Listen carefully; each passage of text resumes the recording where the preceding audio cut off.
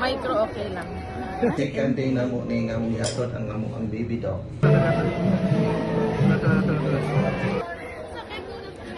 Kalibangon kay ko. Our third day of exam of Tania.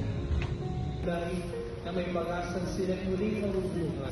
Ako na lihatag naman ni mag-vlog niya. Exam. Libutan, mapalad. Kanya Maria. Wala ko isang bagay mo lang.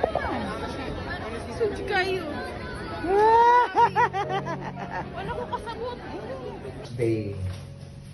Last day of exam of Tania. It's strong. Nami karon diri gaatang na niya. Today is October 13 afternoon. Time check. Oh, pa sa kagawas. Iyag yung gitilok ang iyahang exam. Overkilled. Dr. Tania Maria. Congratulations. Congratulations, nak. Congratulations, nak. Isot ko na kayo, ha. Wala ko kasapot. Guys, napaparalyze ako sa bed. Malapit na yung results. Today lalabas yung results. Oh my God, nakakaba. Hindi ko kaya to. Charis! Guys, nakawash na lang ako. I'm so stuck on my bed.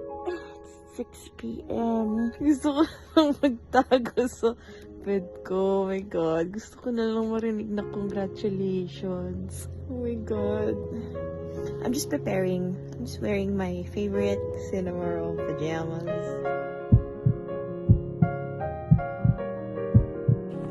Guys, andito na yung result. Oh my God.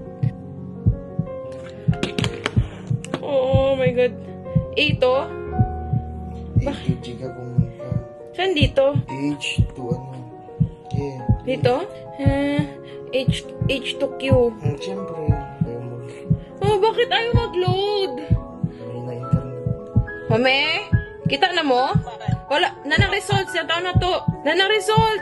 Nag-loading pa. Saan nyo tita yung ano nyo? Tinitig.